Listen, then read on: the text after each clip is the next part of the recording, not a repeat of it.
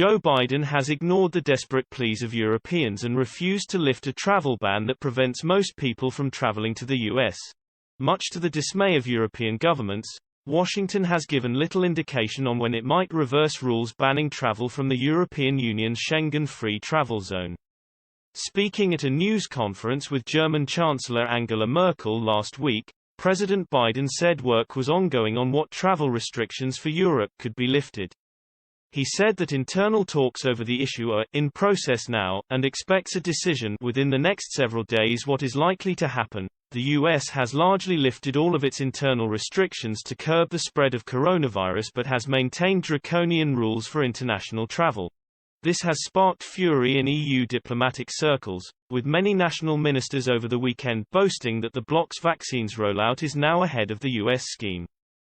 Influential figures, including French Europe Minister Clement Beaune, posted figures from Our World in data that show the EU has surpassed the US for the share of population with at least one dose of a coronavirus vaccine. This will likely add fuel to the fire of EU insiders furious with the reluctance of Washington to reopen transatlantic travel to the bloc's citizens. Mrs. Merkel last week used a visit to Washington to plead with President Biden to lift the ban.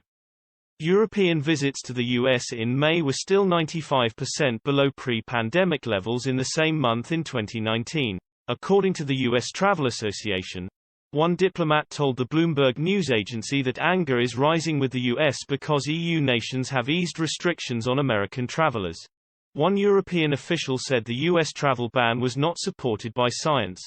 They said the current vaccination rates and the continued health measures in place in Europe show that the transatlantic routes should be reopened. The insider claimed the US travel ban had made it increasingly hard for European businesses to maintain and build on their investments in the country. US airlines are also getting frustrated with the lack of movement, since transatlantic routes have the potential to be hugely profitable for them.